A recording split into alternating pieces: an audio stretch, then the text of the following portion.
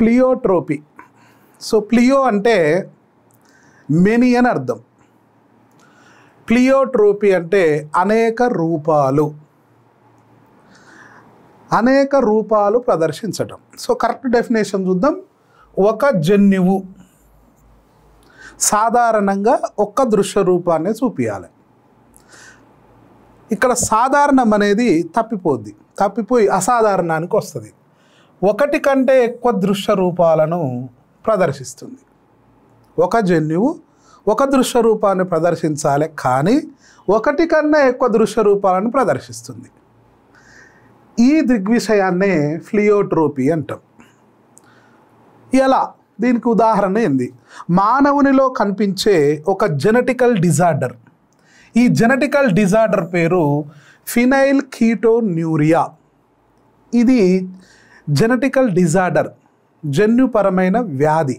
జన్యుపరమైన వ్యాధులకు చికిత్స ఉండదు, ఇంకా పూర్తిగా ఆ చికిత్సలు రాలే అందుబాటులోకి ఇప్పటికి కూడా. సో ఇక్కడ జెనెటికల్ డిజార్డర్, ఆ వ్యాధి పేరు ఏమనుకున్నాం? Phenylketonuria. అంటే జెనెటికల్ అనే వర్డ్ ఎందుకు మాట్లాడవలసి వచ్చింది అంటే జన్యువులో మార్పు సంభవించింది. జన్యువునే మనం ఏమని పిలవచ్చు? డిఎన్ఏ అని కూడా పిలవచ్చు. అంటే డిఎన్ఏలో మార్పు సంభవించింది. డిఎన్ఏలో మార్పు సంభవిస్తే దాన్ని ఏమని పిలవాలనుకున్నాం మనం ఇంతకుముందే? ఉత్పరివర్తనం అని పిలవాలనుకున్నాం.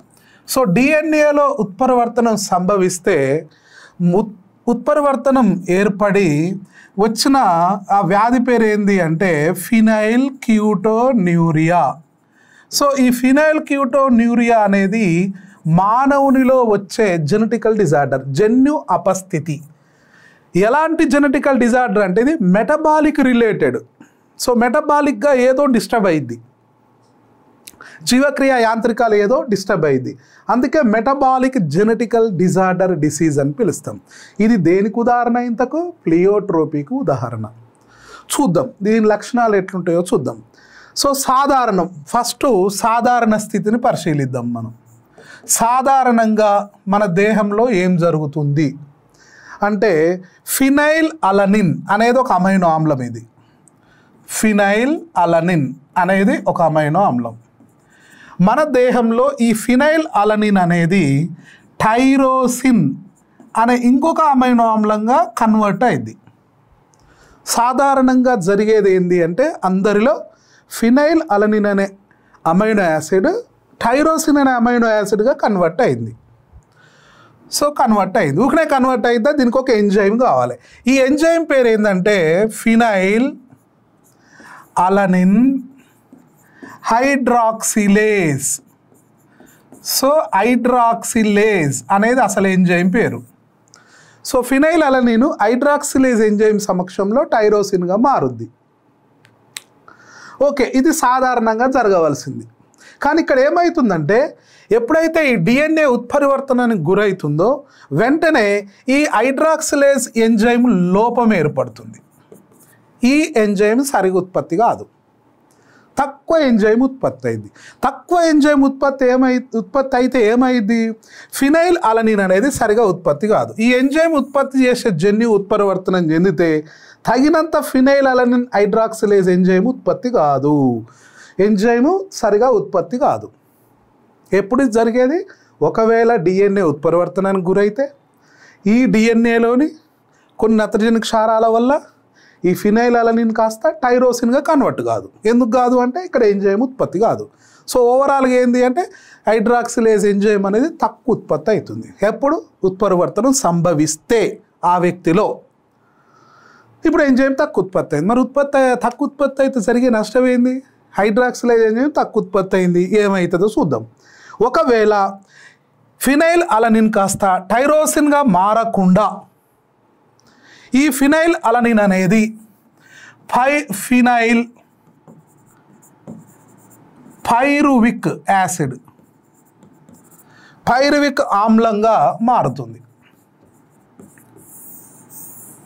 ఇట్లా మారవలసింది కాస్త ఎట్లా మారింది? ఇట్లా మారింది. ఎందుకో? ఎంజైమ్ లోపం వల్ల. హైడ్రాక్సిలేజ్ సరిగా ఉత్పత్తి కాకపోవడం వల్ల టైరోసిన్గా ఉత్పత్తి కావాల్సింది ఫినైల్ పైరువిక్ ఆమ్లంగా ఉత్పత్తి అయింది, మారింది ఇక్కడ. ఉత్పత్తి అయ్యి దేహ ద్రవాలలోకి సంచితం చెందుతుంది. ఏంటి సంచితం చెందుతుంది? ఫినైల్ పైరువిక్ ఆమ్లం. ఇది ఇంపార్టెంట్.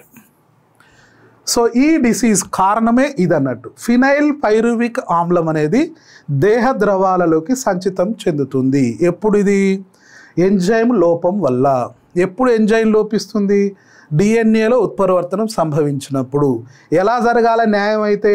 ఫినైల్ అలనిన్ టైరోసిన్గా మారాలి. కానీ ఎలా జరుగుతుంది? ఫినైల్ అలనిన్ ఫినైల్ పైరువిక్ ఆమ్లంగా మారుతుంది. మారిన తర్వాత అది ఉట్టుకుంటుందా అంటే బాడీ సెల్స్లోకి, బాడీ ఫ్లూయిడ్స్లోకి వెళ్ళిపోయింది అది. ఇది కాక ఎక్కువ డిపాజిట్ అయితే మొత్తం బాడీ అంతా తిరుగుతుంది. అన్ని కణాల యొక్క ద్రవాలలో, లింఫ్లలో తిరుగుద్ది. తిరగడం వల్ల జరిగే నష్టం ఏంది? ఆ వ్యక్తిలో ఏం జరుగుద్ది, ఏం ఏర్పడుతుంది అంటే, ఒకటి, ఫినైల్ పైరువిక్ ఆమ్లం ఎక్కువ కావటం వల్ల ఆ వ్యక్తిలో బుద్ధిమాంద్యం ఏర్పడుద్ది. మెంటల్లీ రిటార్టెడ్ పర్సన్స్ అంటాం. శేషు సినిమా చూసారు గారు, రాజశేఖర్ది, హీరో రాజశేఖర్. శేషు సినిమాలో లాగా హీరో ఎట్టుంటాడు? ఆయన మెంటల్గా ఉంటాడు, ఇట్ అనుకుంటా ఉంటాడు. హెయిర్ మొత్తం రాలిపోద్ది, దేహం అంతా పెద్ద పెద్ద మచ్చలు వస్తుంటాయి దేహం. సో ఇటు హెయిర్ అంతా రాలిపోద్ది, దేహం అంతా మచ్చలు ఉంటుంది, ఆయనకు మెంటల్గా కూడా సరిగా పనిచేయదు. ఈ 3 లక్షణాలు కనపడతాయి. ప్రతి లక్షణాన్ని ఇదే జన్యువు, ఒకటే జన్యువు నిర్ధారిస్తుంటుంది. ప్రతి లక్షణాన్ని ఉత్పరివర్తనం చెందిన జన్యువే ఈ 3 లక్షణాలను డిస్ప్లే చేస్తుంది. ఉత్పరివర్తనం చెందిన ఈ డిఎన్ఏనే ఫినైల్ పైరువిక్ ఆమ్లం వల్ల బుద్ధిమాంద్యం, వెంట్రుకలు రాలిపోవడం, అలాగే మచ్చలు, వర్ణయుత మచ్చలు, చర్మం పైన వర్ణయుతమైన మచ్చలు ఏర్పడడం, ఇలా బహుళ దృశ్య రూపాలు ఏర్పడుతున్నాయి. ఇవన్నీ కంటికి కనపడేటి ప్రతి ఒక్కటి కూడా. సో ఇలా బహుళ దృశ్య రూపాలు ఏర్పడడాన్ని ఫ్లియోట్రోపీ అంటారు. ఇంకా చెప్పొచ్చు, పులి, తెల్ల పులి, తెల్లగా ఉంటుంది పులి. తెల్లగా ఎందుకు ఉంది అంటే వెంట్రుకలు తెల్లగా ఉన్నాయి. అలాంటి తెల్లగా ఉన్న పులికి మెల్లకన్ను ఉంటుంది. ఈ మెల్లకన్నును డిసైడ్ చేసేది, పులి చర్మాన్ని డిసైడ్ చేసేది, పులి వెంట్రుకలను డిసైడ్ చేసేది, అన్నీ కూడా ఒకటే జన్యువు నిర్ధారిస్తుంది. అలాంటి జీన్స్ కూడా ప్లియోట్రోపిక్ జీన్స్ అంటాం. సో ఒకటే జన్యువు ఒకటి కన్నా ఎక్కువ దృశ్య రూపాలను డిసైడ్ చేస్తుంది. ఇదేమో ఒక డిసీజ్, మానవునిలో వచ్చిన ఒక జెనెటికల్ డిజార్డర్ ఇది. సో ఇలాంటి వాళ్ళు బాగానే కనిపిస్తుంటారు. అనువంశికత వ్యాధులు, ఇంకా కొన్ని జెనెటికల్ డిజార్డర్ వ్యాధులు ఉన్నాయి. సిస్టిక్ ఫైబ్రోసిస్, కొడవలి కణ రక్తహీనత, సికిల్ సెల్ అనీమియా, ఇవి కూడా జెనెటికల్ డిజార్డర్సే. నెక్స్ట్ స్లైడ్లలో వీటి గురించి కూడా డీటెయిల్గా మాట్లాడతాం మనం. ఇవి కూడా ఫ్లియోట్రోపిక్ యుగ్మ వికల్పాలే. ఏంటి? Cystic fibrosis and sickle cell anaemia కూడా ఫ్లియోట్రోపిక్ యుగ్మ వికల్పాలకు ఉదాహరణగా చెప్పొచ్చు. ఒక క్వశ్చన్ చూద్దాం. ప్లియోట్రోపీ అంటే ఏమిటి? డెఫినేషన్ ఇక్కడ. ఏ, ఒక జన్యువు ఒకే ఒక్క దృశ్య రూపాన్ని ప్రభావితం చేయటం కాదు. బి, ఒక జన్యువు ఒకటి కంటే ఎక్కువ దృశ్య రూపాలను ప్రభావితం చేయడం. ఎస్, ఒక జన్యువు గుణాలకు ప్రభావితం చేయడం కాదు. ఒక జన్యువు అభివృద్ధిని నియంత్రించటం కాదు. సో రైట్ ఆన్సర్ ఏంటిది అంటే బి, ఒకటి కంటే ఎక్కువ దృశ్య రూపాలను నియంత్రించటం. ఇంకో క్వశ్చన్, మానవుల్లో ఫినైల్ కీటోన్యూరియా అనేది దేనికి సంబంధించిన ఉదాహరణ? ఏ, ప్లియోట్రోపీకి. ఎస్, ఫస్ట్ ఇదే ఆన్సర్. బి, అప్లాస్టీ కాదు. సి, ప్లాస్మోడి కాదు. డి, హైపోప్లాస్టీ కాదు. So right answer is pleiotropy. So ఇది ఇంపార్టెంట్, గుర్తుంచుకోవాలి. ఫినైల్ కీటోన్యూరియా అనేది దేనికి ఉదాహరణ అంటే ప్లియోట్రోపిక్ జన్యువుకు ఉదాహరణ అనేది గుర్తుంచుకోవాలి. ఇది గుర్తుంటుంది కానీ అటు రివర్స్లో గుర్తుండదు మనకు ఒక్కొక్కసారి. సో ప్లియోట్రోపీ అంటే ఏంది? ప్లియోట్రోపీకి ఫినైల్ కీటోన్యూరియా అనేది ఇంపార్టెంట్ అనేది చదువుకుంటాం. కానీ ఫినైల్ కీటోన్యూరియాకు దేనికి ఉదాహరణ అన్నప్పుడు మనం కన్ఫ్యూజ్ అవుతాం. అందుకే రివర్స్లో కూడా గుర్తుంచుకోవాలి ఇది. ఇంకో క్వశ్చన్, ఫినైల్ కీటోన్యూరియా ఏ ఎంజైమ్ లోపం వల్ల వస్తుంది? చూడండి, ఇలాంటి క్వశ్చన్ చిన్నగా ఉంటాయి కానీ తప్పు చేపిస్తాయి మనను. సో ఇక్కడ ఎంజైమ్ పేరు కూడా గుర్తుంచుకోవాలన్నట్టు. A, phenylalanine hydroxylase. B, tyrosine hydroxylase. C, phenylalanine hydrogenase. D, tyrosine alanine. ఈ రెండింటి మధ్య కన్ఫ్యూజన్ ఉన్నది చూడండి కొద్దిగా. కాబట్టి హైడ్రాక్సిలేజ్ అనేది మనం బై హార్ట్ చేయవలసి ఉంటుంది. Right answer is a, phenyl alanine hydroxylase. ఇంకొక క్వశ్చన్ చూద్దాం. ఫినైల్ క్యూటోన్యూరియాలో ఫినైల్ అలనిన్ ఎలా మారుతుంది? సో ఈ ఎంజైమ్ వల్ల మారుద్ది అనుకున్నాం. ఎలా మారుతుంది? ఏ గ్లూకోజ్, బి ఫినైల్ పైరువిక్ ఆమ్లం, సి లిపిడ్స్, డి గ్లూటమైన్. అంటే ఉత్పరివర్తనం చెందిన తర్వాత ఎలా మారుతుంది? ఫినైల్ అలనిన్ అనేది ఫినైల్ పైరువిక్ ఆమ్లంగా మారి ద్రవాలలోకి, దేహ ద్రవాలలోకి పోతుందని అనుకున్నాం. సో రైట్ ఆన్సర్ ఏంటిది? బి ఫినైల్ పైరువిక్ ఆమ్లం. ఇంకో క్వశ్చన్, ఫినైల్ పైరువిక్ ఆమ్లం అధికమైతే ఏ సమస్యలు కలుగుతాయి? అదేగా ఇందాక అనుకున్న 3 లక్షణాలు. 1 బుద్ధిమాంద్యం, ఏ. 2 వెంట్రుకలు రాలిపోవటం, సి చర్మంపై వర్ణయుత మచ్చలు ఏర్పడడం, డి పైవన్యు. సో పైవన్యు ఆన్సర్. సో ఇంకోటి కూడా అనుకున్నాం, తెల్లపులి చర్మం, తెల్లపులి వెంట్రుకలు, తెల్లపులి మెల్లకన్ను, అవన్నీ కూడా ఒకటే జీన్ నిర్ధారిస్తుంది. అలానే ఇది కూడా. ఈ క్వశ్చన్లలో మనకు అన్నీ వచ్చాయి. ఇది ఇంపార్టెంట్ ఏరియా, ఇది ఇక్కడ నుంచి క్వశ్చన్ పడుద్ది డిఎస్సిలో. కాబట్టి లైన్ టు లైన్ గుర్తుపెట్టుకోవాల్సిందే.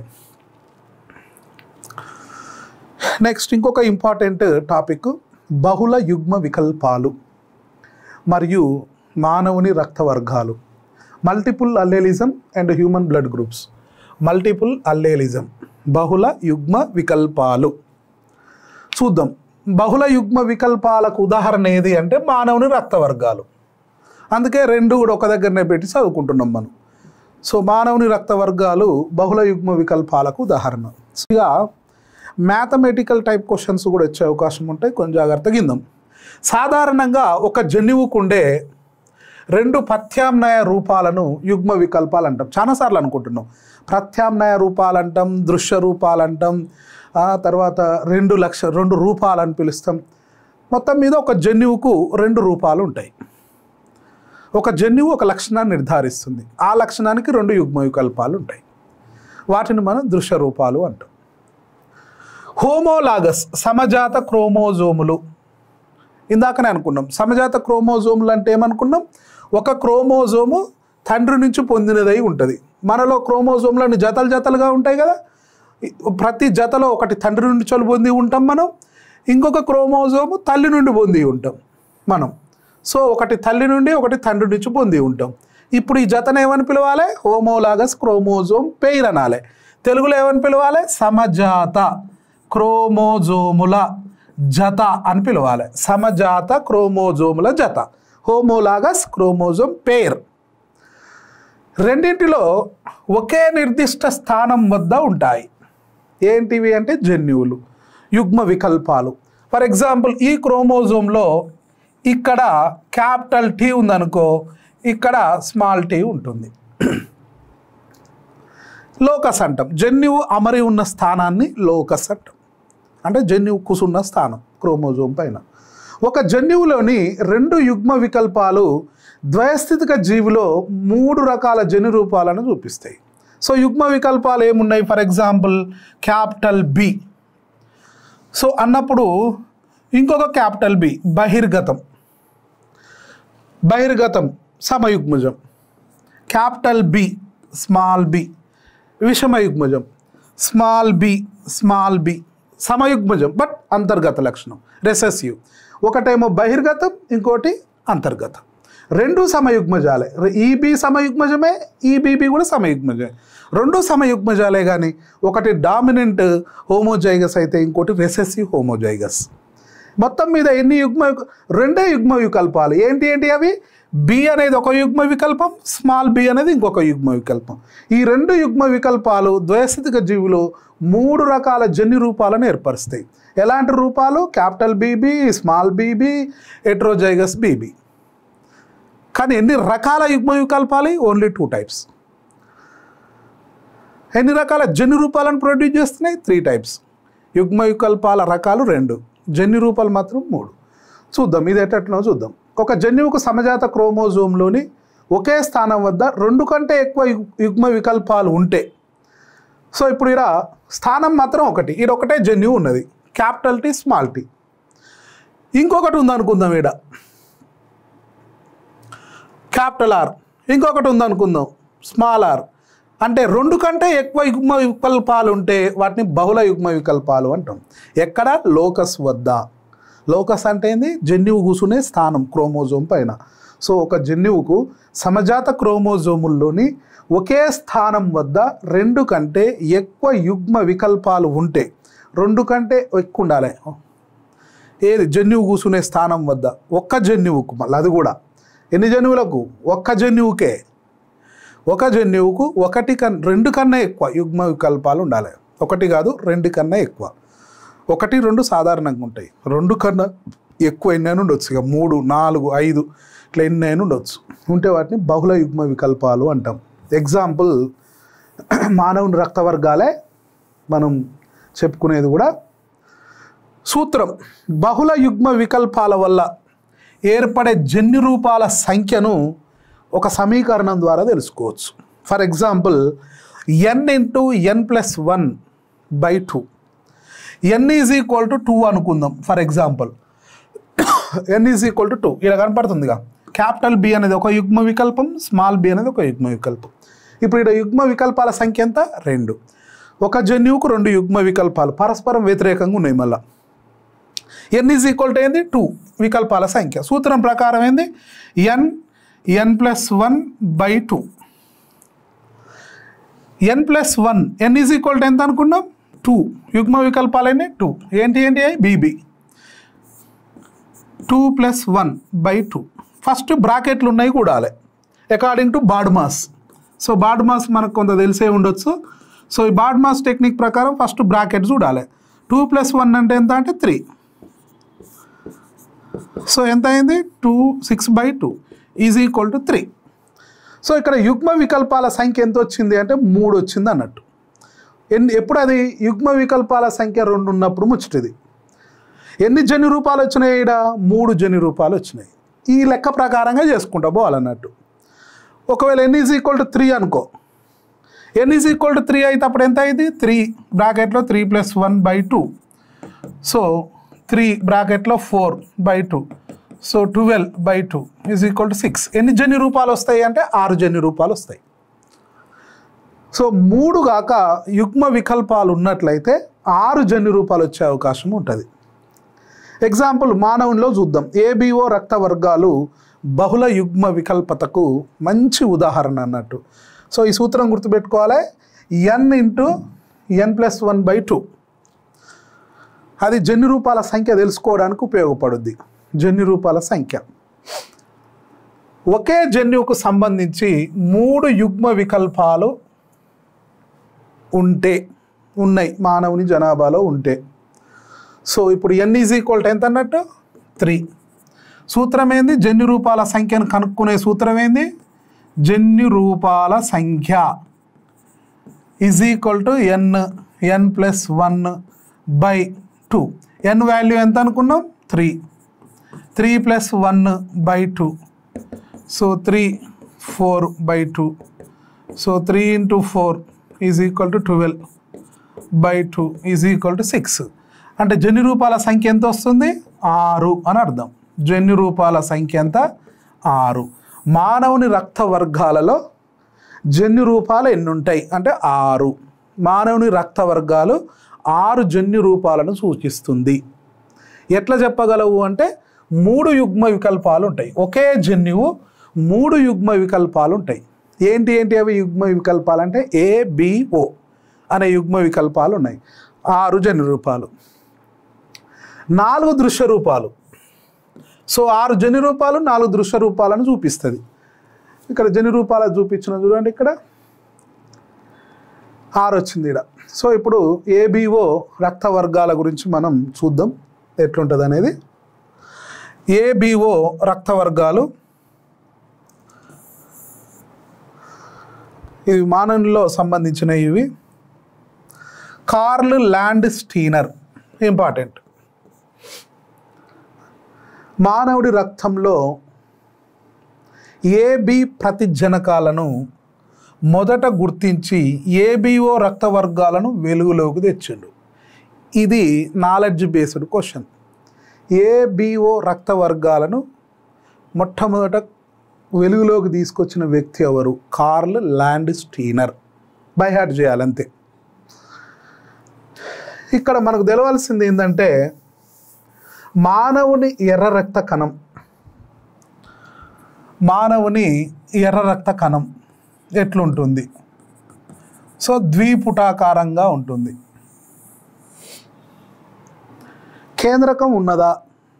లేదు, కేంద్రక రహితం.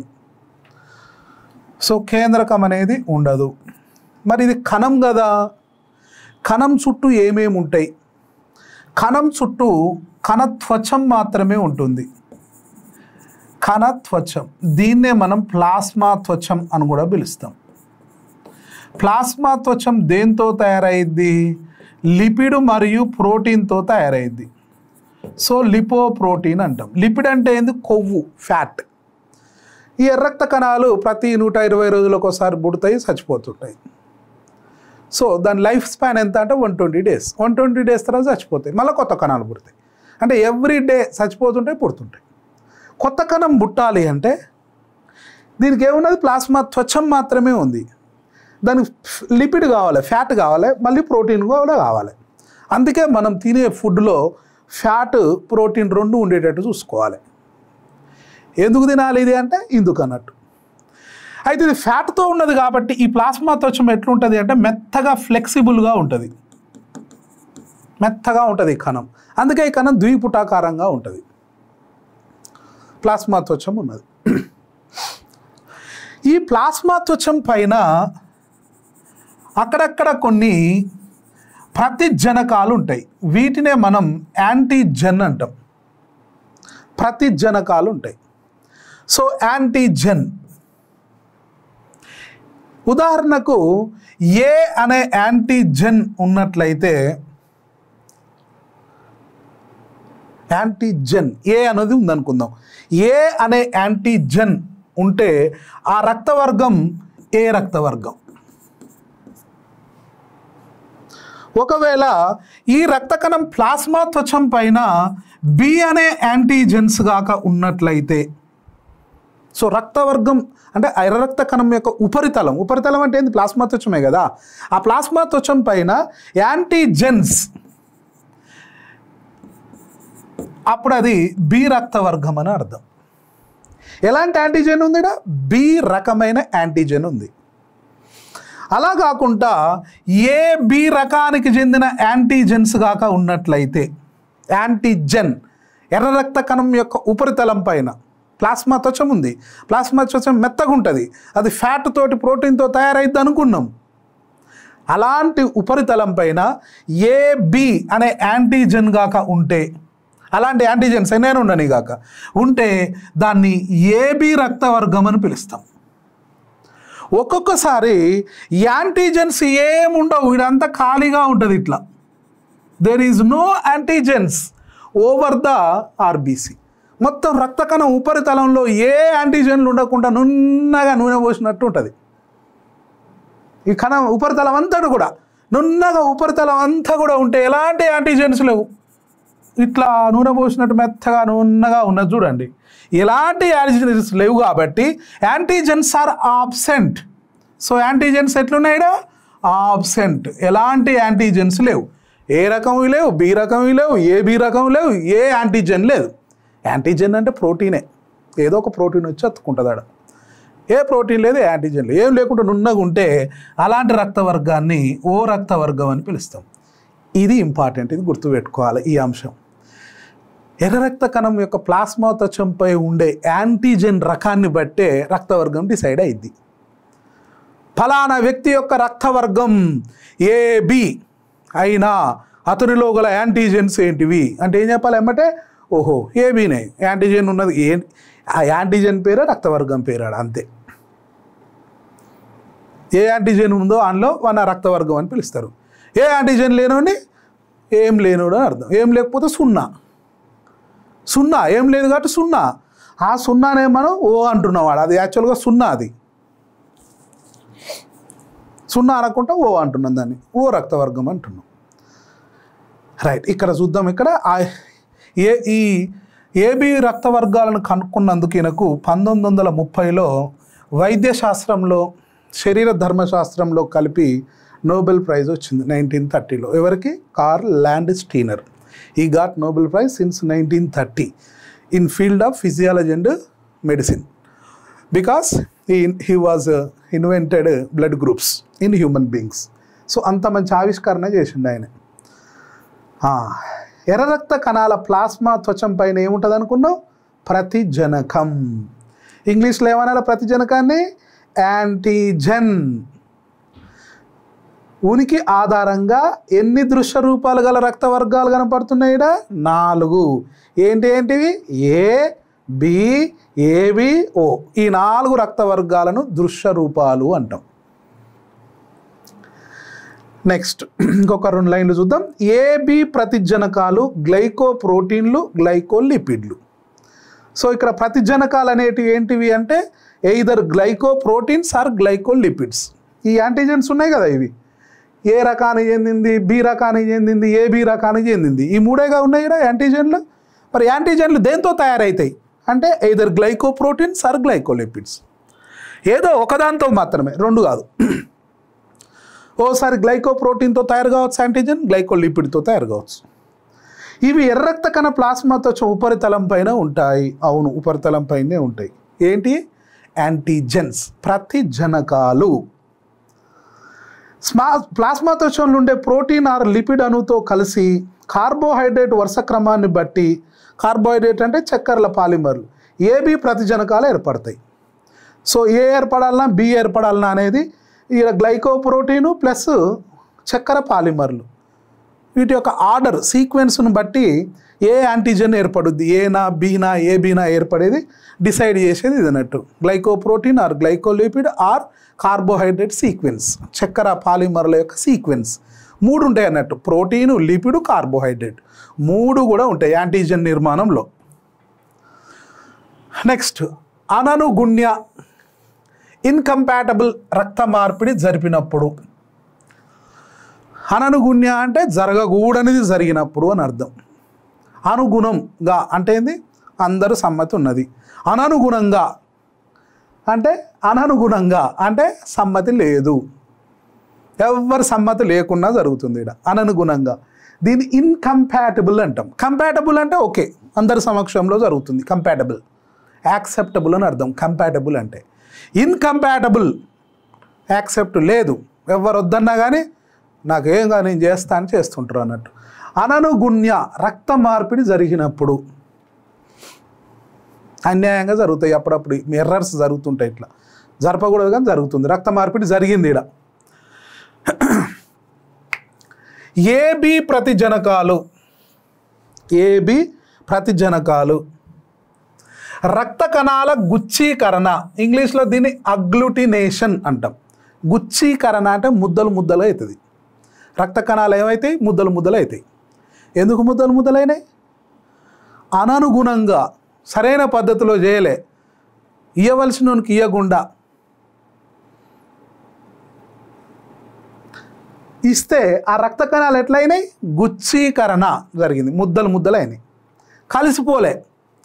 ఏబి ప్రతిజనకాలు రక్త కణాల గుచ్చీకరణ వల్ల వాటిని ఐసో అగ్లుటినోజెన్స్ అని కూడా పిలుస్తాం. అంటే గుచ్చకరణానికి తోడ్పడేటివి ఉంటాయి కదా, అంటే ఏంటి? ఏబి ప్రతిజనకాలు. ఏ ప్రతిజనకం, బి ప్రతిజనకం, ఈ 2 పరస్పర విరుద్ధం. ఇప్పుడు ఈ ప్రతిజనకాలని ఇంకేమని పిలవచ్చు అంటే ఐసో అగ్లుటినోజెన్స్ అని కూడా పిలవచ్చు. వీటిని పరస్పరం వ్యతిరేకంగా ఉంటాయి కదా, అదో కణం మీద ఉంటే ఇదో కణం మీద ఉంటుంది. మొత్తం మీద వీటిని ఐసో అగ్లుటినోజెన్స్ అని కూడా పిలవచ్చు. చూద్దాం ఒక్కొక్కటి ఎట్లనో. ఏ రక్త వర్గపు వ్యక్తి ఎర్ర రక్త కణాల ఉపరితలంపై ఎలాంటి ప్రతిజనకం ఉంటుంది? ఇందాక మనం చదువుకున్నాం. ఏ రక్త వర్గం ఉన్న వ్యక్తి యొక్క ఆర్బీసీ పైన ఎలాంటి ప్రతిజనకం ఉంటుంది? ఏ ప్రతిజనకం ఉంటుంది. అందుకే వీనికి ఏ రక్త వర్గం అని పేరు పెట్టారు. బి రక్త వర్గం ఉన్న వ్యక్తి ఎర్ర రక్త కణాల పైన ప్రతిజనకం ఏముంటుంది? బి ప్రతిజనకం ఉంటుంది. అందుకే వీనికి బి రక్త వర్గం అని పేరు పెట్టారు. సో రక్త కణం ఉపరితలంపై ఏమున్నదని మాట్లాడుతున్నాం మనం అంతే. కానీ మరి ప్లాస్మా కూడా ఉంటుందిగా. రక్త కణాల మధ్య ప్లాస్మా ద్రవం ఉంటుంది. ఎర్ర రక్త కణాలు ఉంటాయి, రక్త కణాల మధ్య ప్లాస్మా ద్రవం కూడా ఉంటుంది, అది 45% ఉంటుంది. రక్త కణాలు 55% ఉంటే ప్లాస్మా ద్రవం పసుపు రంగులో ఉంటుంది. ఆ ప్లాస్మాలో యాంటీ బి ప్రతిదేహం ఉంటుంది. ఇది గమనించాలి. ప్రతిదేహం ఏమున్నది అంటే యాంటీ బి. ఇక్కడ కన్ఫ్యూజన్ వస్తుంది, ఇది మర్చిపోతాం మనం అందరం. ఇది అందరికి గుర్తుంటుంది. యాంటీజెన్ ఇప్పుడు ఇది చాలా ఈజీ కదా, ప్రతిజనకాన్ని బట్టే రక్తవర్గం వచ్చింది. సో రక్త కణాల పైన ఇది ఏ అనే యాంటీజెన్ ఉంది. ఏ అనే యాంటీజెన్ ఉంది కాబట్టి ఇది ఏ రక్త వర్గానికి సంబంధించిన కూడా అంటే ఏ రక్త వర్గం అని అవలేలాగా చెప్తాం. కానీ రక్త కణం యొక్క ప్లాస్మాలో ఏమున్నది అంటే యాంటీ బి అనే యాంటీబాడీ ఉన్నది. ఏగానే ఇది యాంటీగా ఉన్నది చూడండి, వ్యతిరేకంగా ఉంది. ప్రతిదేహం ఉంది. రక్త కణం యొక్క ఉపరితలంలోనేమో ఏ రకానికి చెందిన యాంటీజెన్ ఉంటే దాని ప్లాస్మాలనేమో యాంటీ బి అనే ప్రతిదేహం ఉంది. ఇది అందరికి గుర్తుంటుంది. ఈడ కన్ఫ్యూజ్ అవుతాం. ఇది ఒక కేసు.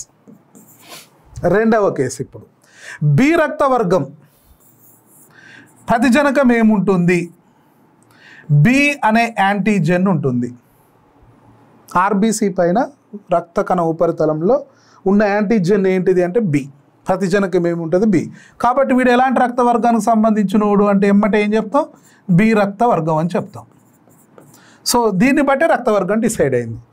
ఇప్పుడు ప్లాస్మాలో ఏముంటుంది? యాంటీ ఏ అనే యాంటీబాడీ ఉంటుంది. యాంటీబాడీని తెలుగులో ఏమనాలి? ప్రతిదేహం అని పిలవాలి. సో ప్రతిదేహం వ్యతిరేకంగా ఉన్నది, ఇక్కడ గమనించాలి. యాంటీజెన్లేమో రక్త కణ ఉపరితలంపై ఉంటే యాంటీబాడీలేమో ప్లాస్మాలో ఉంటాయి. సో రెండో కేసు కూడా అయిపోయింది. సో ఇక్కడ ఏముంది? యాంటీ ఏ అనే ప్రతిదేహం ఉన్నది. ఇప్పుడు మూడో కేసు దగ్గరికి వెళ్దాం. ఏబి అనే రక్తవర్గం. ఎర్రక్త కణాలపైన ఎలాంటి యాంటీజెన్స్ ఉంటాయి? ఏ మరియు బి అనే యాంటీజెన్స్ ఉంటాయి. అందుకే వీళ్ళని ఎలాంటి వాళ్ళని పిలుస్తాం? ఏబి రక్తవర్గం అని పిలుస్తాం. సో రక్తవర్గం అని పేరు ఎందుకు వచ్చింది అంటే రక్త కణ ఉపరితలంపై ఉన్న యాంటీజెన్ ఆధారంగా. మరి ప్లాస్మాలో ఏముంటుంది? దీని యొక్క ప్లాస్మాలో ఉండేది ఏంటిది? ప్లాస్మాలో ప్రతిదేహాలు ఉండవు. సో ఇది ఇంపార్టెంట్. ప్లాస్మాలో ప్రతిదేహాలు ఉండవు. ప్లాస్మాలో ప్రతిదేహాలు ఉండవు. అందుకే ఇది విశ్వగ్రహీత. ఏబి అనేదాన్ని విశ్వగ్రహీత అంటాం. ఎందుకు అంటాము అంటే ఇక్కడ పోరాడేటి ఏం లేవు. ప్రతిదేహాలు యాంటీబాడీలు ఏం పనిచేస్తాయి? బయట నుంచి ఏదో వచ్చినా కత్తి అందుకొని ఉరికేటి ఇవే. మరి ఇక్కడ కత్తి అందుకొని ఉరకడానికి ఏం లేవు. కత్తి లేదు, ఉరికేటి లేవు, ఏవి లేవు. కాబట్టి ఎవరైనా రావచ్చు. యుద్ధం చేసేటోళ్ళు ఇక్కడ ఎవరు లేరు. సో ఏబి రక్తవర్గంలో ప్లాస్మాలో ప్రతిదేహాలు ఉండవు. కాబట్టి ఇది విశ్వగ్రహీత రక్తవర్గం. ఇక నాలుగవది ఓ రక్తవర్గాన్ని తీసుకున్నట్లయితే ఓ రక్తవర్గంలో ఏమన్నా యాంటీజెన్స్ ఉంటాయా? ఉపరితలంలో ఎలాంటి యాంటీజెన్స్ ఉండవు. కానీ ప్లాస్మాలో మాత్రం యాంటీబాడీలు ఉంటాయి. ఏ యాంటీబాడీ, బి యాంటీబాడీ అనేటివి ఉంటాయి. సో ఓ రక్తవర్గంలో అంటే జీరో అన్నట్టు. ఇది ఓ అనే బదులు జీరో రక్తవర్గం. ఏం లేవు అంటే యాంటీజెన్స్ లేవు. Antigens are absent. Antigens absent కాబట్టి ఈ ఓ రక్తవర్గం ఎవరికైనా ఇవ్వచ్చు. మళ్ళీ దీనికి పోలీస్ మెన్లు ఉంటాయి. యాంటీబాడీలు మాత్రం ఉన్నాయి. ఏబీలు మాత్రం ఉన్నాయి. ఇవ్వడం కుదురుతుంది, ఇది మాత్రం తీసుకోదు. మళ్ళీ ఎందుకు తీసుకుంటే దీనికి పోలీసులు 2 పోలీసులు ఉన్నాయి. ఇక్కడ వేరేది ఏదొచ్చినా కానీ రానియదు. మళ్ళీ ఎవరు రానిస్తుంది? ఓన్లీ ఓ గ్రూప్ మాత్రమే యాక్సెప్ట్ చేస్తుంది. ఓకు మాత్రం ఓకే. కాబట్టి ఇది ఏ రక్తవర్గాన్ని తీసుకోదు. మళ్ళీ ఓ రక్తవర్గం అయితేనే తీసుకుంటుంది. వేరేది వచ్చిందంటే పోలీసులు పోయి కత్తి అందుకొని యుద్ధం చేసుడే. యాంటీబాడీలు ఉంటాయి కాబట్టి. సో యాంటీజెన్స్ ఏమి ఉండవు కాబట్టి ఎవరికైనా ఇచ్చేయచ్చు, సెట్ అవుతుంది అన్నట్టు. అందుకే దీన్ని విశ్వదాత, యూనివర్సల్ డోనార్ బ్లడ్ గ్రూప్ అంటాం. సో ఇది కంపల్సరీ గుర్తుంచుకోవాలి. ఇక్కడ అప్లికేషన్ టైప్ క్వశ్చన్ వస్తుంది. పెద్దగా ఉంటాయి, క్వశ్చన్లు కూడా చాలా పెద్దగా ఇస్తారు. అప్లికేషన్ ఇది ఇంపార్టెంట్. మానవుని 9వ క్రోమోజోమ్ శారీరక క్రోమోజోమ్, ఇది దైహిక క్రోమోజోమ్ అంటే ఆటోజోమ్. మొత్తం 22 జతలుగా ఆటోజోమ్స్. సో 9వ ఆటోజోమ్ అన్నట్టు ఇది. 9వ ఆటోజోమ్ పైన, ఇది ఇంపార్టెంట్, 9వ ఆటోజోమ్ పైన ఐ అనే జన్యువు ఉంటుంది. జన్యువు పేరేంది? ఐ. ఈ ఐ అనే జన్యువు 3 యుగ్మ వికల్పాలను కలిగి ఉంటుంది. ఒకటి కాదు, 3 యుగ్మ వికల్పాలు. n(n+1/2). యుగ్మ వికల్పాల సంఖ్య ఎంత? 3. n = 3. కాబట్టి 3+, ఫస్ట్ బ్రాకెట్లది టోటల్ చేయాలి. కాబట్టి 3 × 12/2. సో ఎన్ని జన్యు రూపాలు ఏర్పడతాయి? 6. ఎన్ని యుగ్మ వికల్పాలు ఉంటే? 3 యుగ్మ వికల్పాలు ఉంటాయి. ఎన్ని ఉన్నాయి?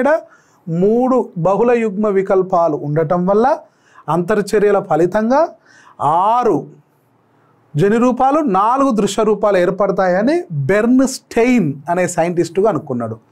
బెర్న్స్టెయిన్ కనుక్కున్న అంశం ఏంది? మానవుని యొక్క 9వ ఆటోజోమ్ పైన ఐ అనే జన్యువు 3 యుగ్మ వికల్పాలు ఉండటం వల్ల, వాటి మధ్య అంతర్చర్యలు జరగటం వల్ల 6 జన్యు రూపాలు, 4 దృశ్య రూపాలు ఉంటాయని కనుక్కున్నాను.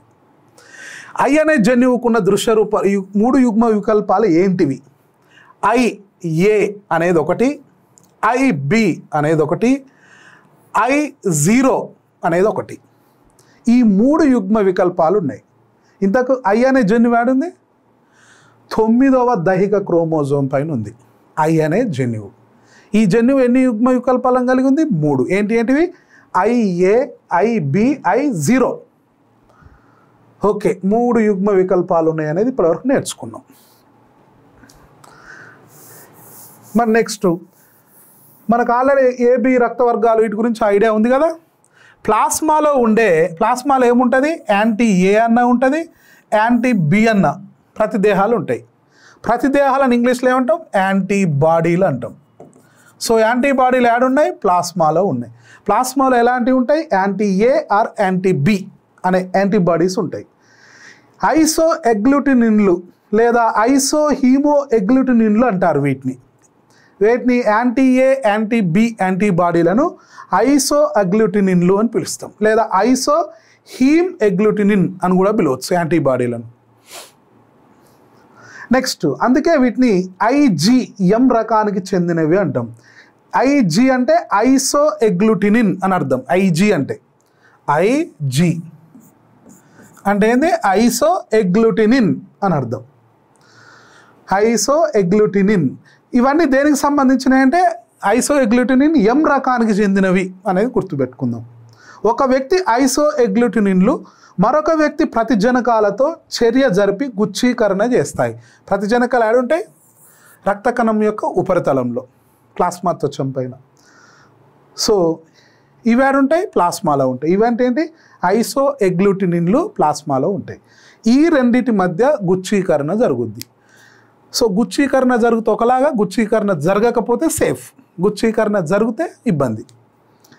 IA, IB యుగ్మ వికల్పాల వల్ల AB ప్రతిజనకాలు ఉత్పత్తి అవుతాయి. IA, IB యుగ్మ వికల్పాల వల్ల ఈ ప్రతిజనకాలు ఉత్పత్తి అవుతాయి. మనం ఆల్రెడీ అనుకున్నాం RBC పైన ఏది ఉంటే అదే. సో ఇక్కడ ఈ యుగ్మ వికల్పాన్ని I0 అని రాయొచ్చు, లేదా జస్ట్ ఉట్టిగా I అని రాసినా సరిపోద్ది. I పైన ఏం లేదుగా, 0 అని రాసినా ఒకటే, 0 రాయకుండా ఒకటే కదా. 0 అని మెన్షన్ చేయకుండా 0 అన్నట్టే. సో ఎట్లా రాసినా కన్ఫ్యూజ్ కావద్దు. I0 యుగ్మ వికల్పం ఎటువంటి ప్రతిజనకాన్ని ఉత్పత్తి చేయదు. I0 అనేది ఎలాంటి ప్రతిజనకాన్ని ఉత్పత్తి చేయదు, అందుకే I అంటాం, లేదా I0 అంటాం. I0 ఒక అంతర్గత యుగ్మ వికల్పం. ఇది ఒక రెసెసివ్ అల్లేల్. ఇది కూడా యుగ్మ వికల్పమే. IA, IB యుగ్మ వికల్పాలు సహబహిర్గతాలు, వీటిని కోడామినెంట్స్ అంటాం. సో వీటిని కోడామినెంట్స్ అంటాం. అందుకే ఈ రెండు I0 పై బహిర్గతం ప్రదర్శిస్తాయి. IA, IB అనేటివి I0 పైన బహిర్గతం. ఎట్లా రాయొచ్చు? IA = IB > I0.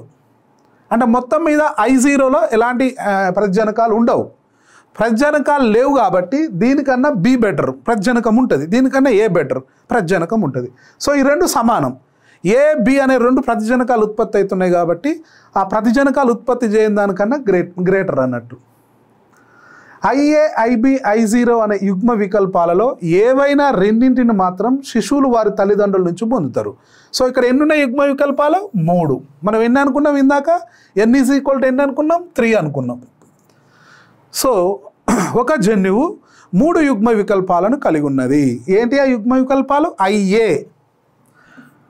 A అంటే ఇక్కడ పైన రాయాలి, IB, I0 ఇవి యుగ్మ వికల్పాలు. ఈ మూడిట్లో ఎన్ని వస్తాయి సంతతికి? ఎనీ 2 మాత్రమే వస్తాయి. ఎనీ 2. ఈ విధమైన సంక్రమణ వల్ల 3 యుగ్మ వికల్పాలు మొత్తం 6 జన్యు రూపాలను 4 రక్త వర్గాలు గల శిశువులుగా ఏర్పడతారు. ఇక చూద్దాం 6 జన్యు రూపాలు ఎట్లా ఏర్పడతాయి, ఎలాంటి శిశువులు ఏర్పడతారో చూద్దాం. ఇక్కడ ఇది. సో ఇది చూడడానికన్నా ముందు ఇలాంటి ఒక వ్యక్తికి పెళ్ళయింది అనుకుందాం. IAA ఇది సమయుగ్మజం. ఏ రక్త వర్గం యొక్క జన్యు రూపం.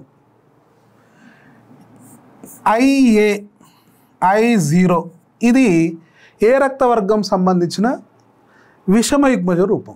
వీళ్ళిద్దరు కూడా ఏ రక్త వర్గాన్ని కలిగి ఉంటారు. ఇద్దరు కూడా ఏ రక్త వర్గాన్ని కలిగి ఉంటారు. ఒకరేమో సమయుగ్మజ ఏ రక్త వర్గం అయితే ఇంకొకరేమో విషమయుగ్మజ ఏ రక్త వర్గం. ఇలాంటి రక్త వర్గం కలిగిన ఒక వ్యక్తికి IB ఇలాంటి వ్యక్తితో పెళ్ళయింది. ఎలాంటి సంతతి పుడతారు? అలాగే IB ఇలాంటి వ్యక్తితో పెళ్ళయింది అనుకుందాం. ఎలాంటి సంతతి పుడతారు? సో ఫస్ట్ కేసు చూద్దాం, ఒక్కొక్కటి చూసుకుంటూ పోదాం. IAA రెండు కూడా సమయుగ్మజాల. ఇలాంటి పురుషునితో ఇలాంటి స్త్రీకి వివాహం అయింది. ఎలాంటి సంతతి పుడతారు? ఎలాంటి సంతతి పుడతారంటే సంయోగ బీజాలలోకి ఎలాంటివి వస్తాయి? కేవలం ఒకే రకమైనది వస్తుంది, IAA. ఇటువైపు కూడా ఏమొస్తుంది? IBకి సంబంధించిన ఒకే రకమైన గ్యామెట్లే ఫామ్ అవుతాయి. ఫలితంగా వచ్చిన సంతతి IB ఇలాంటి సంతతి వస్తుంది. ఎంతమంది పిల్లలు పుట్టినా ఇంతే వస్తాయి. ఇక ఎంతమంది అయినా పుట్టనిగాక. అంటే ఇలాంటి బ్లడ్ గ్రూప్ ఏంటిది అంటే AB రక్త వర్గం కలిగిన పిల్లలు మాత్రమే పుడతారు. ఇక్కడ IB పిల్లలందరూ కూడా ఎలాంటి పిల్లలు పుట్టినా అందరూ AB రక్త వర్గం కలిగిన పిల్లలే పుడతారు. ఇక వేరే ఛాన్స్ లేదు. రెండవ కేసు ఏమనుకున్నాం? IA I0 ఇంటూ IBB ఇలాంటి కేసు రెండవ కేసు అనుకుందాం. ఎలాంటి గ్యామెట్స్ ఏర్పడవచ్చు? ఇక్కడ పురుషుని వైపు IAకి సంబంధించిన I0కి సంబంధించిన గ్యామెట్స్ ఏర్పడతాయి. ఇటువైపు ఎలాంటి ఏర్పడతాయి ఎగ్ సెల్స్ అంటే IBకి సంబంధించినవి ఓన్లీ ఒకే రకమైన ఏర్పడతాయి. సో ఎన్ని ఏర్పడినాయి కాక ఎన్ని ఏర్పడ్డా ఇలాంటివే ఏర్పడతాయి గ్యామెట్స్. ఒకవేళ ఇలాంటి స్పెర్మ్ ఇలాంటి అండంతో కలిస్తే ఎలాంటిది ఏర్పడుతుంది? IAIB. అలా కాకుండా ఇలాంటిది కలిసిందనుకోండి IBI0 ఏర్పడదు. అంటే ఇక్కడ AB రక్తవర్గం కలిగిన సంతతి, ఇక్కడ B రక్తవర్గం కలిగిన పిల్లలు పుడతారు. అంటే మొదటి కేసులో AB రక్తవర్గం కలిగిన పిల్లలు పుడితే రెండవ కేసులో AB మరియు B రక్తవర్గం కలిగిన పిల్లలు పుట్టిరు. ఇక్కడ పురుషుని రక్తవర్గం ఏంటిది? A. ఇక్కడ పురుషుని రక్తవర్గం ఏంటిది? Aనే. సో ఇక్కడ స్త్రీ సమయుగ్మజ B రక్తవర్గం, ఇక్కడ స్త్రీ సమయుగ్మజ B రక్తవర్గం. ఇంకో కేసు చూద్దాం. ఇట్లా A0 IAI0 అంటే రక్తవర్గం ఏంటిది? పురుషుంది A రక్తవర్గం. ఇలాంటి స్త్రీతో పెళ్ళయింది అనుకుందాం ఉదాహరణకు. సో ఇక్కడ ఈ స్త్రీ రక్తవర్గం ఏంటిది? B రక్తవర్గం. ఇక్కడ పురుషుని రక్తవర్గం ఏంటిది? A. ఇది మూడవ కేసు. సో ఇలాంటప్పుడు ఎలాంటి గ్యామెట్స్ ఫామ్ అవుతాయి? ఇలాంటి గ్యామెట్ వస్తుంది. So IB I0 IA IB ఇలాంటిది కలిస్తే IA I0 ఇలాంటిది కలిస్తే IB I0 ఇలాంటిది కలిస్తే I0 అంటే AB రక్తవర్గం కలిగిన శిశువు, A రక్తవర్గం కలిగిన శిశువు, B రక్తవర్గం కలిగిన శిశువు, 0 O రక్తవర్గం కలిగిన 4 ఉన్నాయన్నీ వచ్చినాయి ఇక్కడ. అంటే ఇలాంటి మెన్ అండ్ ఉమెన్ మధ్య పెళ్ళి అయితే అంటే విషమయుగ్మజ పురుషుడు ఏ రక్తవర్గం, విషమయుగ్మజ B రక్తవర్గం, బట్ సమయుగ్మజ కాదు, ఇద్దరు కూడా విషమయుగ్మజ A విషమయుగ్మజ B రక్తవర్గం కలిగిన స్త్రీ పురుషుల మధ్య వివాహం అయితే 4 రకాల రక్తవర్గాలు వచ్చినాయి. చూడండి, ఇది ఇంపార్టెంట్. ఎవరి మధ్య వివాహం జరిగితే 4 రకాల రక్తవర్గాలు కలిగిన సంతతి ఏర్పడుతుంది అంటే విషమయుగ్మజ A విషమయుగ్మజ B రక్తవర్గాలు కలిగిన వారి మధ్య పెళ్ళి అయితే జరుగుద్ది. సో ఇక్కడ చూడండి, అన్ని సందర్భాలలో పురుషుడు ఏ రక్తవర్గమే. ఈ వేరియేషన్స్ అన్నీ కూడా మనం గుర్తుంచుకోవాలి. నెక్స్ట్, ఒకవేళ ఇలా అయింది అనుకుందాం, I0 ఇది పురుషుడు అనుకుందాం. I0 పురుషుడు, I0 స్త్రీ. సో సమయుగ్మజ ఓ గ్రూప్, ఇద్దరిది ఓ గ్రూపే. సో ఇద్దరిది కూడా ఓ గ్రూప్కు సంబంధించిన వాళ్ళ మధ్య పెళ్ళయింది ఇప్పుడు ఇక్కడ. సో ఇక్కడ ఏర్పడ్డ సంయోగ బీజాలు ఎలాంటి ఏర్పడతాయి అంటే ఇలాంటి సంయోగ బీజాలు ఏర్పడతాయి. ఏ రెండు కలిసినా ఏ రెండైనా కలవనీగాక పిల్లలందరూ కూడా ఓ గ్రూప్ వాళ్ళే పుడతారు. సో ఎందుకంటే ఇద్దరు ఓ గ్రూప్ వాళ్ళే కాబట్టి ఖచ్చితంగా ఓ గ్రూప్ పిల్లలే పుడతారు. ఒకవేళ ఓ గ్రూప్ పిల్లలు పుట్టకుండా ఏ గ్రూప్ కానీ బి కానీ ఏబి కానీ పుట్టిరు అనుకుందాం సపోజ్.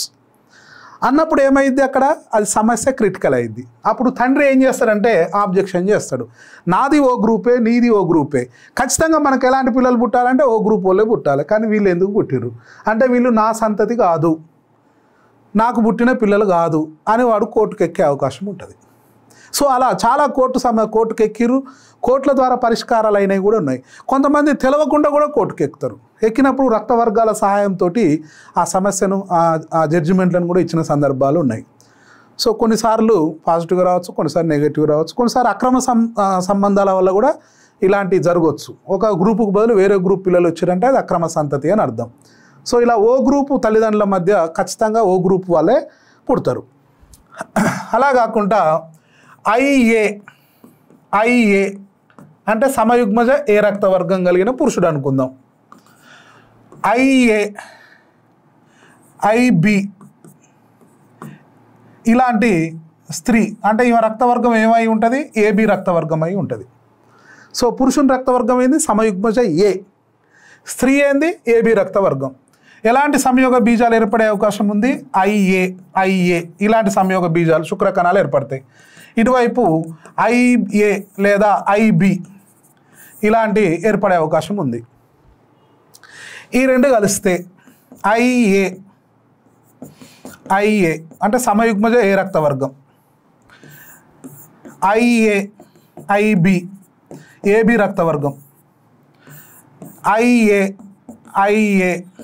ఏ రక్తవర్గం, IA IB AB రక్తవర్గం. అంటే పుట్టిన సంతతిలో కేవలం 2 రక్తవర్గాలకు సంబంధించిన సంతతి పుడుతుంది. ఏ రక్తవర్గం అన్నా బి రక్తవర్గం అన్నా ఇంతే. పొరపాట్ల ఓ రక్తవర్గం సంతతి పుట్టినా లేదా బి రక్తవర్గ సంతతి పుట్టినా ఇది అక్రమ సంతానం అని అర్థం. వీళ్ళు సక్రమ సంతానం, ఇది అక్రమ సంతానం ఇట్లా పుడితే. సో వీళ్ళ మధ్య ఇలా ఉంటుంది. ఒకవేళ ఏ బి రక్తవర్గాలకు సంబంధించిన వాళ్ళు అనుకుందాం, IA IB. సో పురుషుడు రక్తవర్గం ఏంటిది, AB రక్తవర్గం. స్త్రీ IA IB, స్త్రీ రక్తవర్గం ఏంటిది, AB రక్తవర్గం. ఇద్దరు AB రక్తవర్గం వల్లే ఇక్కడ వివాహం చేసుకుంటే ఏర్పడే గ్యామెట్లు ఎలాంటి ఏర్పడే అవకాశం ఉంటుంది, శుక్రకణాలు ఇటువైపు AB ఇటువైపు AB ఇలాంటి అండకణాలు ఏర్పడవచ్చు. ఒకవేళ ఈ రెండు కలిస్తే IA, ఈ రెండు కలిస్తే IAIB. సో ఏదైనా అంతే ఇక IAIB, IBB. సో ఈ రెండు కలిస్తే IA, ఈ రెండు కలిస్తే IBB. సో AA అంటే ఏ రక్తవర్గం, AB అంటే AB రక్తవర్గం, AB అంటే AB రక్తవర్గం అండ్ B రక్తవర్గం. ఇక్కడ ఎన్ని రకాల వాళ్ళు పుట్టిరో అబ్జర్వ్ చేయొచ్చు మనం.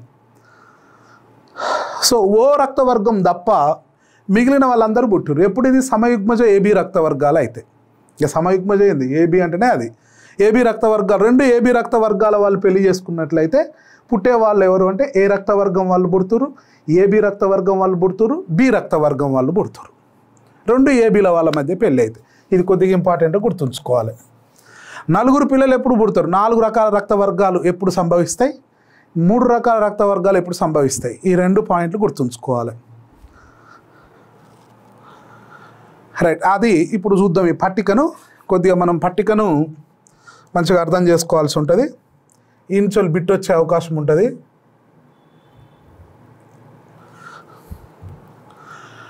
జన్యురూపం ఇక్కడ ఇచ్చింది. జన్యురూపం RBC పైన ఉండే ప్రతిజనకాలు.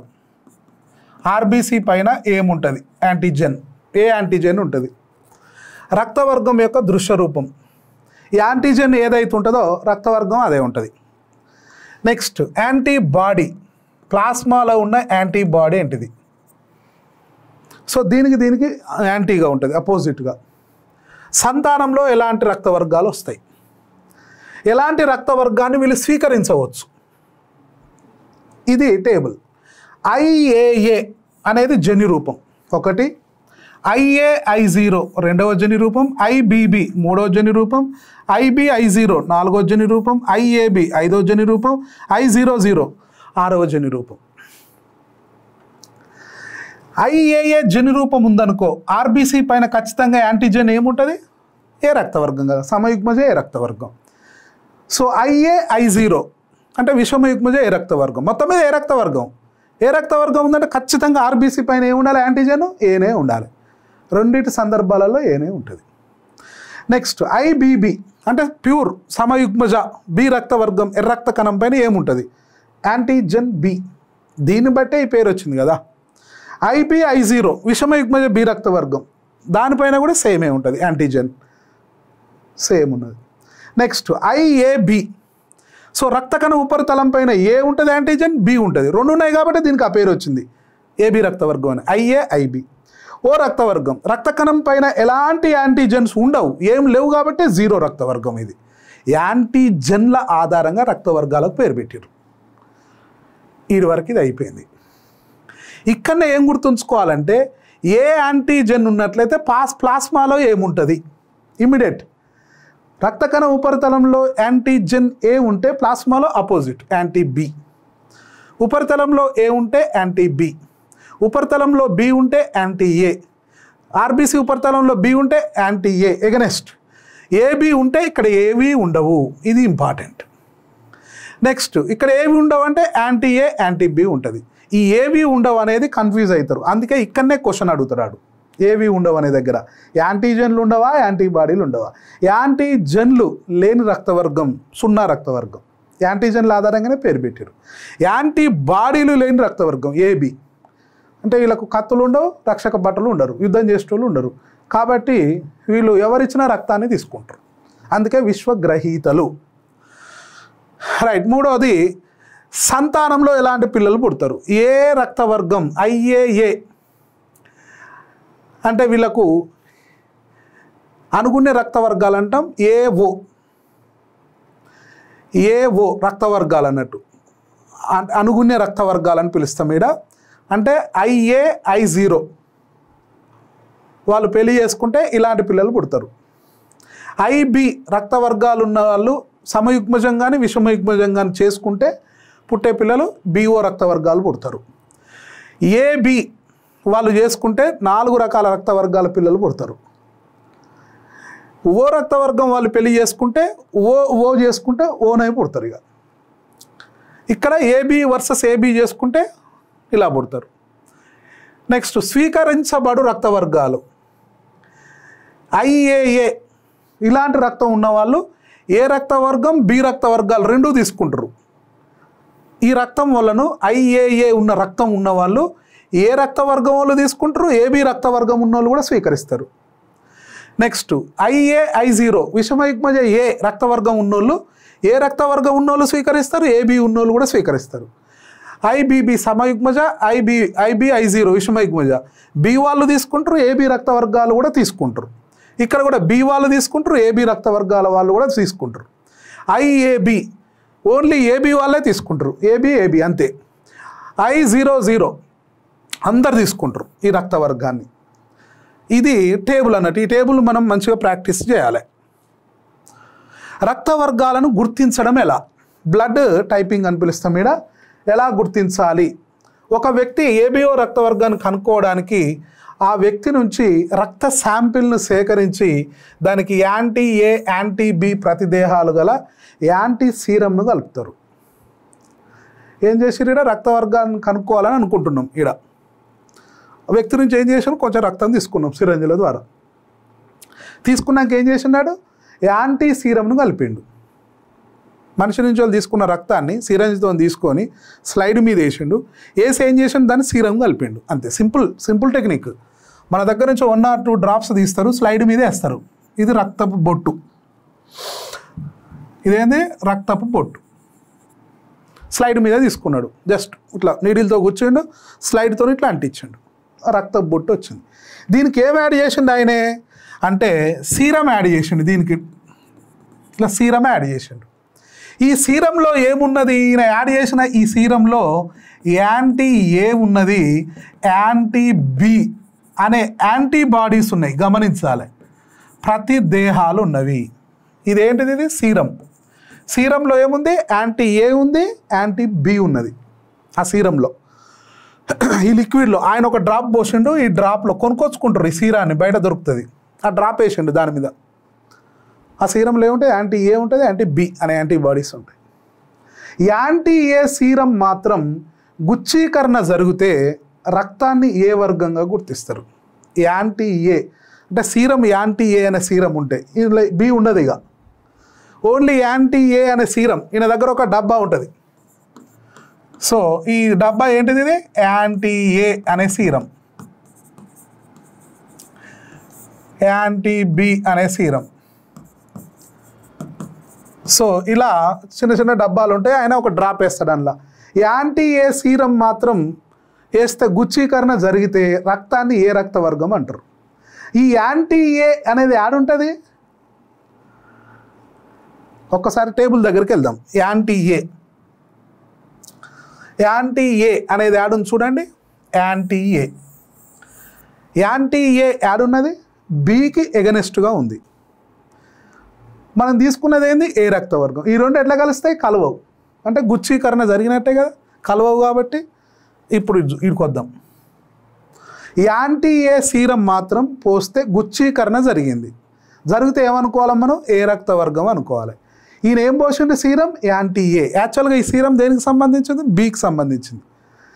యాంటీ B సీరం పోస్తే గుచ్చీకరణ జరిగింది.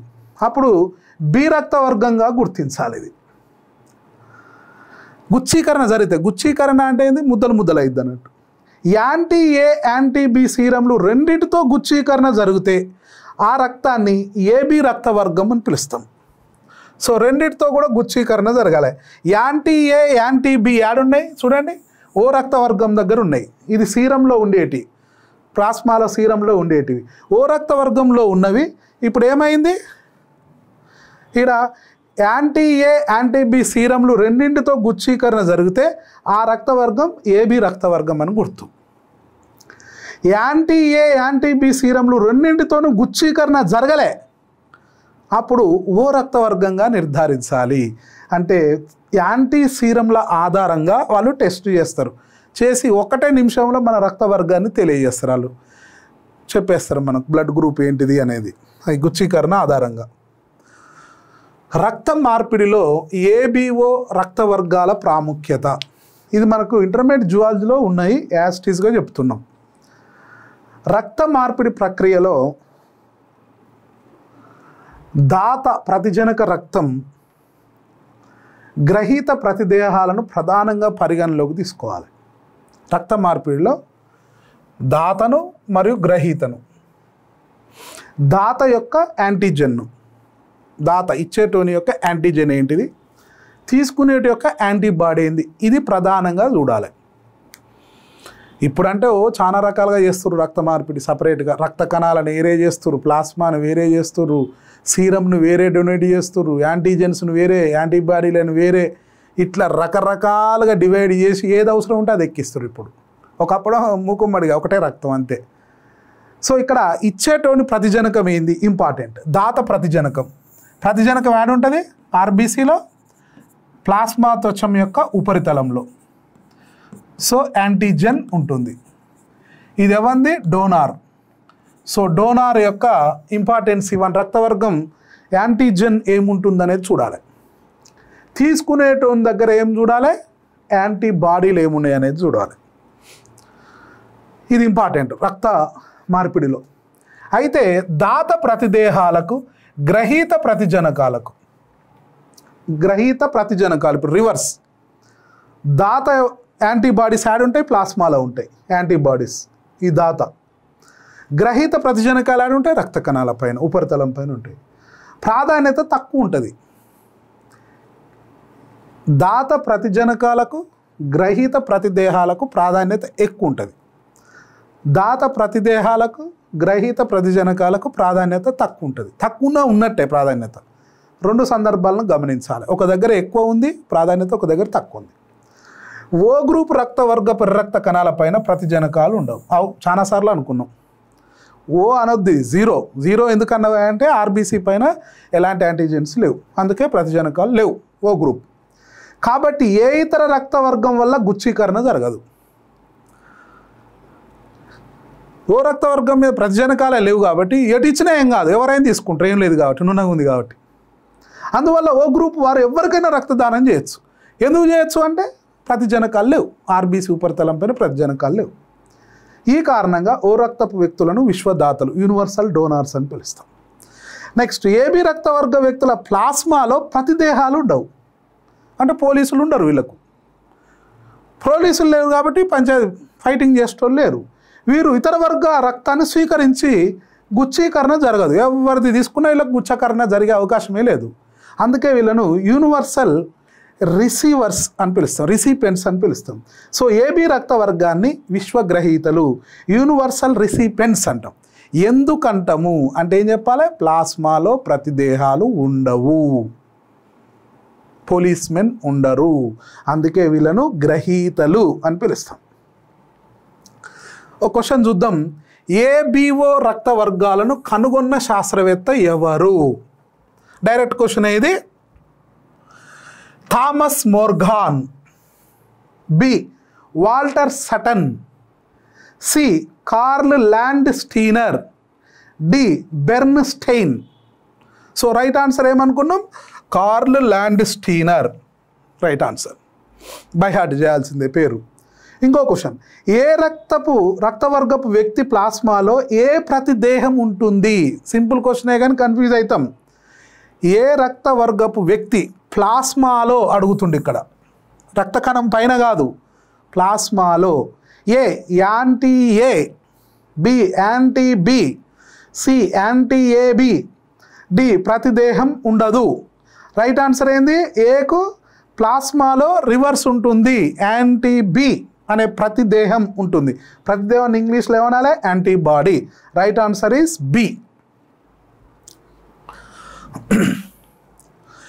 ఇంకో క్వశ్చన్, ఏబి రక్తవర్గపు వ్యక్తి స్వీకరించగలిగే రక్తవర్గాలు ఏమిటి? ఏబి రక్తవర్గపు వ్యక్తి ఏ రక్తాన్ని స్వీకరించవచ్చు? ఏ ఏబిఓ, రెండవది ఏబిఏబి, మూడవది ఏబిఏబిఓ, నాలుగవది ఓ మాత్రమే. సో ఏబి రక్తవర్గంలో యాంటీబాడీలు ఉండవు అనుకున్నాం ప్లాస్మాలో, కాబట్టి అన్నిటినీ రిసీవ్ చేసుకుంటుంది అది. So right answer is C. Next question, O రక్తవర్గపు వ్యక్తుల ఎర్ర రక్త కణాలపై ఏమీ ఉండవు? ఓ గ్రూపు వ్యక్తుల ఎర్ర రక్త కణాలపైన ఏమీ ఉండవు. ఏ ప్రతిజనకం ఉండదు, బి ప్రతిజనకం ఉండదు, ఏ అండ్ బి ప్రతిజనకాలు ఉండవు, π1. సో రైట్ ఆన్సర్ ఏంది π1u. ఓ గ్రూపు ఇది ఆర్బీసీ అనుకుందాం. ఈ ఆర్బీసీ ఉపరితలం పైన ఏమీ ఉండవు. ఏ యాంటీజెన్ ఉండదు, బి యాంటీజెన్ ఉండదు, ఏబి యాంటీజెన్ కూడా ఉండదు. ఏ యాంటీజెన్స్ ఉండవు. అందుకే దాన్ని జీరో గ్రూప్ అంటాం, ఓ బ్లడ్ గ్రూప్ అని పిలుస్తాం. సో ఇలాంటి క్వశ్చన్స్ కొంచెం మనం కన్ఫ్యూజ్ చేస్తాయి. ఇలాంటి దగ్గర కొద్దిగా జాగ్రత్త ఉండాలి. ఇంకొక క్వశ్చన్ చూద్దాం. ఓ రక్త వర్గం వ్యక్తులను ఏమని పిలుస్తారు? ఏ విశ్వగ్రహీతలు, యూనివర్సల్ రిసిపెంట్స్. బి విశ్వదాతలు, యూనివర్సల్ డోనార్స్. సి విశ్వ ప్రతిజనకాలు. డి రక్త మార్పిడి. సో మనం అప్పుడప్పుడు తొందరపాటుతనంతో ఫస్ట్దే టిక్ చేస్తాం. మనం తొందరపాటుతనంతో అంతా తెలిసిన ఆన్సర్లే, చిన్నయే ఇవి. ఒకసారి ఏం చేస్తాం, టక్కున పెట్టేస్తాం, మర్చిపోతాం. ఇక మనం టక్కున పెట్టి మర్చిపోతాం. బయటకు వచ్చి చూసుకొని అబ్బా ఇంత చిన్న బిట్ ఎట్ట తప్పు చేసినా అని బాధపడతాం. అలాంటి బిట్ ఇది. ఓ రక్తవర్గం వ్యక్తులను ఏమని పిలుస్తారంటే టక్కున మనం విశ్వగ్రహీతలని పెట్టేస్తాం. ఇది ఓవర్లుక్లో తెలవంతనం కాదు. సో ఇలాంటి తప్పులు చేయొద్దనే ఈ బిట్ ఇక్కడ ఇవ్వడం జరిగింది. విశ్వదాతలు రెండవ ఆప్షన్లో ఇవ్వడం జరిగింది, universal donors. And another one, IA and IB అనే యుగ్మ వికల్పాలు. అంటే ఐఏ ఐబి అనే యుగ్మ వికల్పాలు ఏ రక్త వర్గానికి దారితీస్తాయి? A B B C AB D O. So the right answer is AB. So AB రక్త వర్గానికి దారితీస్తాయి. ఒక్కొక్కసారి ఈ క్వశ్చన్ను ఇలా కూడా అడగవచ్చు. ఏం చేస్తారంటే ఇక్కడ ఇదే క్వశ్చన్ చూద్దాం. ఐఏ మరియు I0 అనే యుగ్మ వికల్పాలు ఏ రక్త వర్గానికి దారితీస్తాయి? ఏ బి రక్తవర్గం, బి ఏ రక్తవర్గం, సి ఏబి రక్తవర్గం, డి ఓ రక్తవర్గం. ఇదే క్వశ్చన్ ఇట్లా ఇస్తున్నాం. సో ఐఏ మరియు I0 అనే యుగ్మ వికల్పాలు ఏ రక్త వర్గానికి దారితీస్తాయి అంటే రైట్ ఆన్సర్ ఏంది? I0. కాబట్టి ఓవరాల్గా ఏ బ్లడ్ గ్రూప్ అన్నట్టు వీళ్ళు ఏ బ్లడ్ గ్రూప్. ఆన్సర్ ఏంటిది ఇక్కడ? ఏ అనేది ఆన్సర్. ఇది రైట్ ఆన్సర్. ఇది మనం మనసులో ఫిక్స్ అవుతాం. ఏమని ఫిక్స్ అవుతాం? బ్రెయిన్లో ఏ అనేది ఆన్సర్ అని ఫిక్స్ అవుతాం. టక్కున పోయి అక్కడ ఏబిసిడీల దగ్గర ఉంటుంది కదా, మనం ఏకు రౌండప్ చేస్తాం ఇట్లా, లేదా కంప్యూటర్లో అయితే ఏకు టిక్ చేస్తాం. మన బ్రెయిన్లో ఏమని ఫిక్స్ అయింది? ఏ ఆన్సర్ అనేది ఫిక్స్ అయింది. కానీ ఆప్షన్ ఏంటిది? ఇది బి ఆప్షన్. సో బి ఆప్షన్లో ఏమి ఇచ్చినా నేను ఏ ఇచ్చిన, కానీ నీ మనసులో ఏమని ఫిక్స్ అయింది? ఆన్సర్ ఏ. కాబట్టి ఏం తీసుకుపోయి ఏం చేస్తావు? ఏలో దిద్దుతావు, లేదా ఏలో టిక్ చేస్తావు కంప్యూటర్లో అయితే, సిబిటీలో అయితే. సో ఈ చిన్న బిట్టు ఇట్లా కూడా తప్పులు చేస్తాం మనం. అట్లా కూడా తప్పులు చేసే అవకాశం ఉంటుంది. 1 2 3లలో కూడా ఇవ్వచ్చు ఇట్నే. ఒకసారి ఏబిసిడీలు కాకుండా 1 2 3లు ఇచ్చినప్పుడు కూడా 2 ఆన్సర్ని తీసుకొచ్చి 1లో పెడతారు, 1 తీసుకొచ్చి 2లో పెడతారు. మనకు ఫిక్స్ ఏమవుతామంటే 2 అని ఫిక్స్ అయిపోయి 2లో దిద్దుతాం, లేదా 2ని టిక్ చేస్తాం. కానీ అది ఆప్షన్ 1 కింద ఉంటుంది. ఇది గమనించరో లేదో. సో ఏ అనేది ఆన్సర్, ఏడుంది? ఇది బి ఆప్షన్ కింద ఇచ్చిన. కానీ బ్రెయిన్లో ఎట్లా ఫిక్స్ అయితే మనకు ఏ ఆప్షన్ కింద పోయి ఏం టిక్ చేస్తాం. ఇట్లా చిన్న చిన్న బిట్లు తప్పు చేసే అవకాశాలు ఉండేటి అన్నట్టు. యాంటీ ఏ యాంటీ బి సీరంలు రెండింటిలో గుచ్చీకరణ జరగకపోతే రక్తవర్గం ఏంటిది? యాంటీ ఏలో జరగలే, యాంటీ బిలో జరగలే. 2 సీరాలు పోసినాయి. సో ఈ డబ్బాలో తీసి ఒక డ్రాప్ వేసిండు, గుచ్చకరణ జరగలే. మళ్ళీ ఇంకో డ్రాప్ తీసి ఇంకోటి వేసిండు స్లైడ్ మీద, అప్పుడు కూడా గుచ్చకరణ జరగలే. 2 సందర్భాల్లో కూడా జరగలే. యాంటీ ఏ సీరం వేసిండు, యాంటీ బి సీరం వేసిండు, 2 సార్లు 2 డ్రాప్లు వేసిండు స్లైడ్ మీద, అయినా గుచ్చకరణ జరగలేదు. అప్పుడు ఎలాంటి రక్తవర్గం అయి ఉంటుంది ఆ క్యాండిడేట్ది? ఏ రక్తవర్గం, బి రక్తవర్గం, సి ఏబి రక్తవర్గం, డి ఓ రక్తవర్గం. ఎందుకు అంటే ఓలో ఎలాంటివి ఉండవు, యాంటీజెన్లే ఉండవు, అందుకే అది ఓ రక్తవర్గం. సో ఈ యాంటీ ఏ యాంటీ బిలు ఉండవు అన్నట్టు. సో ఒకసారి టేబుల్ దగ్గరకు వద్దాం. టేబుల్ చూడండి. ఓ రక్తవర్గంలో యాంటీజెన్లు ఉన్నాయి, ఇక్కడ యాంటీజెన్లు లేవు. ఓ రక్తవర్గంలో యాంటీజెన్లు లేవు. యాంటీజెన్లు లేవు కాబట్టి ఆటోమేటిక్గా ఏమవుతాయి? యాంటీ ఏ యాంటీ బి వేసిండు ఆయన, ఇక్కడ ఈ డ్రాప్స్ వేసిండు ఆయన. సో 2 సార్లు ఏం వేసిండు ఆయన, యాంటీ ఏ సీరం ఒకసారి వేసిండు, యాంటీ బి సీరం డ్రాప్ వేసిండు. ఈ 2 వేసినా కానీ గుచ్చకరణ జరగలేదు. ఎందుకు జరగలేదు అంటే ఇక్కడ యాంటీజెన్లు లేవు. యాంటీజెన్లు లేవు కాబట్టి రక్తవర్గం బి అయి ఉంటుంది. సో ఇదన్నట్టు ఈ క్వశ్చన్ ఇచ్చినట్టు ఇక్కడ ఇది యాంటీ ఏ యాంటీ బి సీరంలో రెండింటిలో కూడా గుచ్చకరణ జరగకపోతే రక్తవర్గం ఏంది? యాంటీజెన్స్ లేవు కాబట్టి అది ఓ రక్తవర్గం, అందుకే గుచ్చకరణ జరగలే. అండ్ లాస్ట్ వన్, ఐ అనే జన్యువులో ఐఏ ఐబిఐ 0 అనే 3 యుగ్మ వికల్పాలు కలిగి ఉంటాయి. వీటిలో I0 యుగ్మ వికల్పం ఏ విధమైనది? దీని మీద అడుగుతున్నాం క్వశ్చన్. ఏ సహబహిర్గతత్వం కో డామినెంట్, బి అంతర్గత యుగ్మ వికల్పం రెసెసివ్, సి ప్రధాన డామినెంట్, డి యాంటీ జనకం అని ఇచ్చినాం. ఆల్రెడీ మనం ఇది ఇచ్చినాం, ఇది ఒక దగ్గర ఇచ్చినాం, అబ్జర్వ్ చేయాలి. IA = IB greater than I0 అని ఇచ్చినాం. సో దీన్ని బట్టి ఏమర్థమవుతుంది? అంతర్గత యుగ్మ వికల్పం రెసెసివ్, దీనిపైన ఈ 2 బహిర్గతత్వంగా ఉన్నది, ఇది అంతర్గతత్వంగా ఉంది. I0 అనేది అంతర్గత లక్షణం, IAB అనేది బహిర్గత లక్షణం అనేది గమనించాలి. ఇవి కొన్ని క్వశ్చన్స్, ఇవి వీటిపైన రక్తవర్గాల పైన. నెక్స్ట్ RH కారకం మీద చూద్దాం.